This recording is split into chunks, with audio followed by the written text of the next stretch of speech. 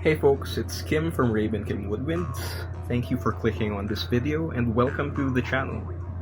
Now, if you follow me on Instagram or if you've seen my last video, you probably would have guessed that I have just come back from Taiwan. It's been an amazing adventure. Originally, one of the things that I was looking forward to the most was going to Juifen to meet the people at Shih Cheng Ocarina. But little did I know this trip would have so much more musical discoveries beyond that. Now I could go on about all of the adventures that I had with my girlfriend Nadine and her sister Dana on this wonderful trip to this beautiful country, but for this video, being a part of the Kim Woodwinds channel, I'll be focusing on the musical aspects. Now for this trip, our base camp was an Airbnb in Taipei. Thanks to Taiwan's efficient public transportation system, we were able to explore mountain towns from there. So our first stop was in Wulai. It was a wonderful place in the mountains. The cherry blossoms were in bloom when we got there, and the smell of the air was wonderful thanks to all of the people grilling wild boar sausages and all of the local cuisine. Now, Wulai, I believe, is part of the ancestral ground of the Atayal people in Taiwan. The Atayal have a similar Austronesian ancestry to us Filipinos, so I felt remarkably at home when we were there.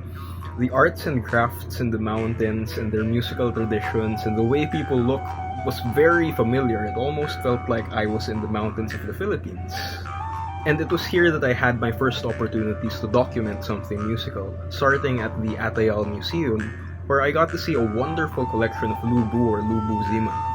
These are jaw harps with a bamboo frame and a brass reed that you would play by pulling on a string. It's quite similar to some of the instruments that we have in the Philippines, such as the afiwo of the ifugao, although that one is made entirely out of brass. It's said that these instruments are getting progressively rarer, so I was very happy to just see it in the museum, but little did I know that later on in our trip, I'd meet a living player of the instrument.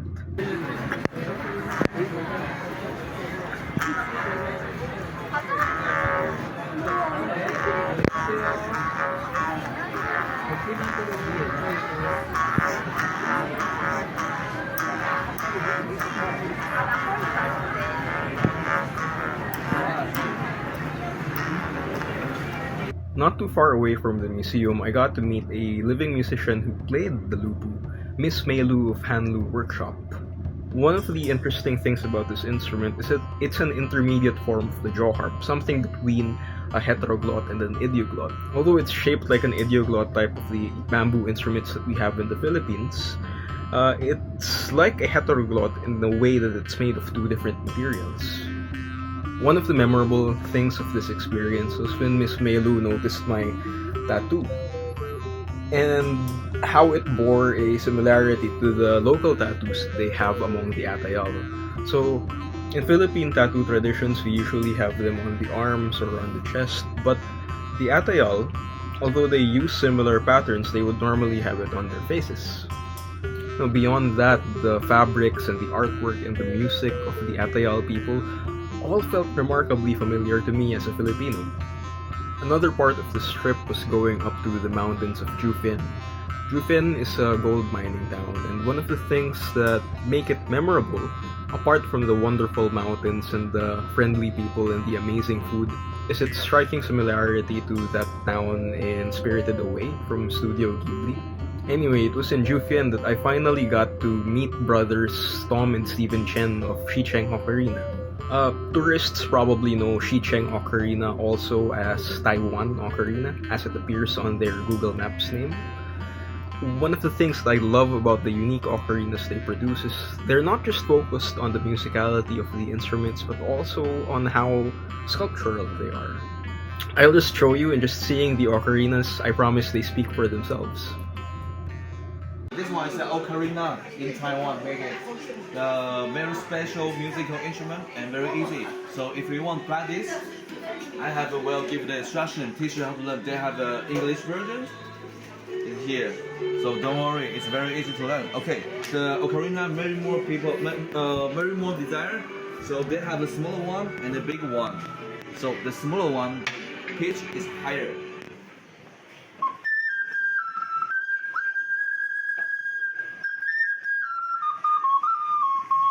So the big one is a low pitch, just like this. And the big one is low pitch.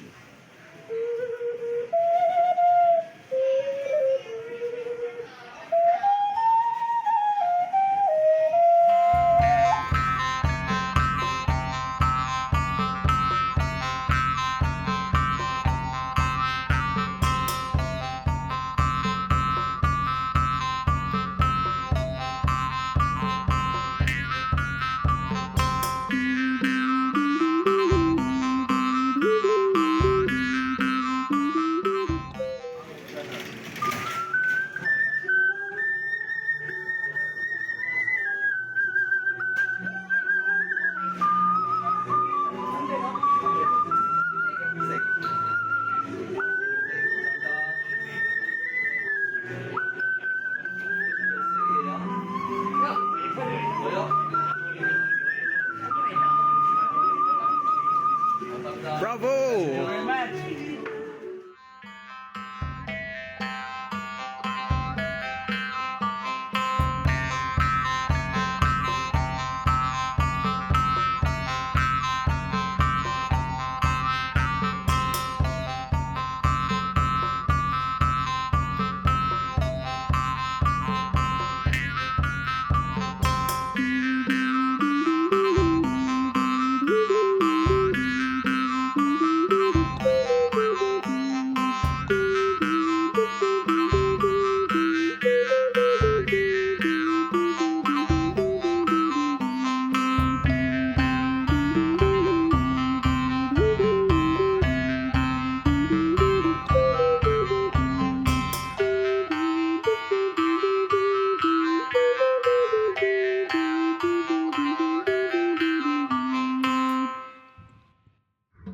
Here's a closer look at some of the ocarinas I took home from Shih Cheng Ocarinas. Here's a handmade one with Taiwanese fingering. Here's one in the shape of what reminds me of an Atayal pottery. Here's one that looks like my own cat, Sep. And they also make Western and Japanese style ocarinas like this one. Something with more familiar fingering to me. Now, there was another shop nearby called Magical Ocarina. Unfortunately, that was closed.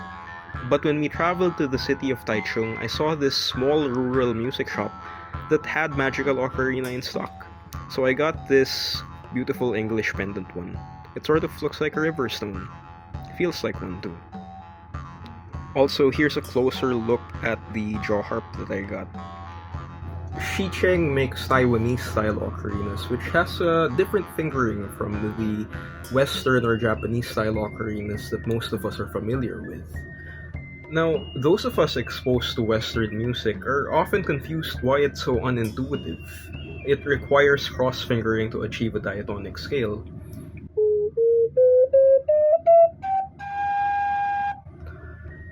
But their fingering is actually rather intuitive when you're playing more Chinese styles of music because of the ease of playing the pentatonic scale.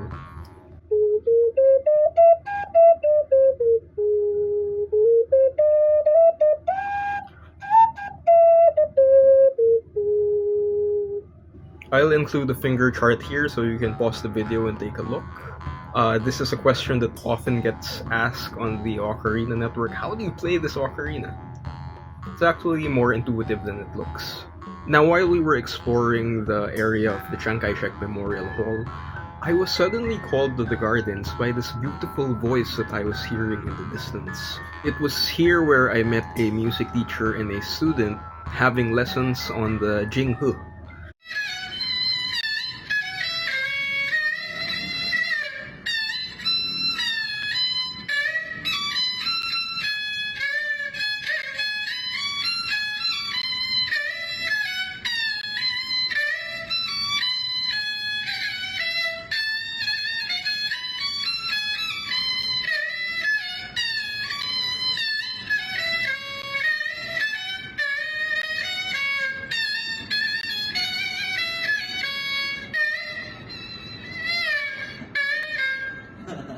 Now, the Jinghu is the smallest member of the Hokkien family. Now, this is an oversimplification of the instrument, but probably to best explain it, is it similar to the violin family of instruments? They're played with a bow and then they have a snakeskin membrane to make the sound resonate. You could think of the erhu as the cello and the Jinghu as the violin. Personally, one of the most beautiful things that I find about this instrument is its long history, one that can be traced back all the way to the Tang Dynasty. One of my favorite souvenirs from that entire trip is this unassuming notebook. You see, at the high traffic tourist areas in Taiwan, they would often have these stations where you could get stamps. These are from the Wulai Atayal Museum, depicting the facial tattoos of the Atayal people. More from that area, this was the bridge that we crossed to get the cable cars higher up into the mountains. This is the Red House in Ximending. It's one of the oldest shopping districts in Taiwan, and now it's converted to the space for young artists and vendors. These are from Yelyu Geo Park. So it's a beautiful natural park where stones are carved by the strong winds of the northernmost area of Taiwan. This one was from Juifen, highlighting the street food and the lanterns. And this one was actually from later in the trip, from the Taiwanese Railway when we took the high-speed train to Taichung. This was from the National Palace Museum. Some of the artifacts they have on display, the iconic cabbage. One of my favorite highlights here was the meat-shaped stone. I'll pop a picture of that here. Also had some calligraphy and poetry on display. And then this was when we went to Yangmingshan National Park. Beautiful spot for hiking, camping, and enjoying natural wildlife. When we were there, the cherry blossoms were still in bloom, so that was quite an experience. More of the wildlife.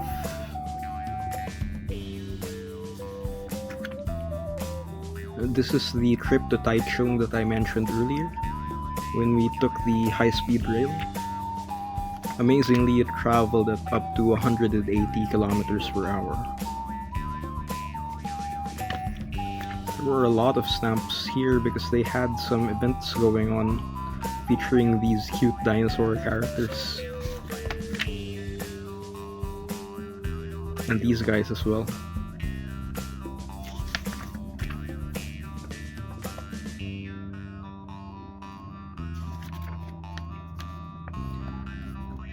This is near where we stayed, Zhongshao Dunhua, near the Taipei Dome.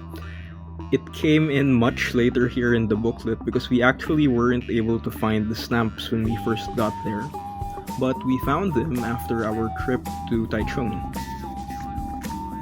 Of course, we also visited Taipei 101.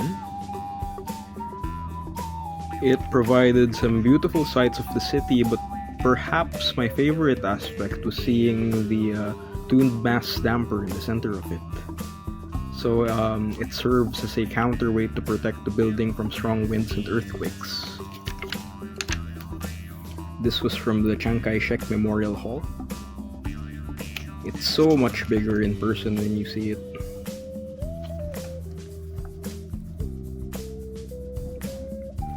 pictures online of the monument really don't do it justice.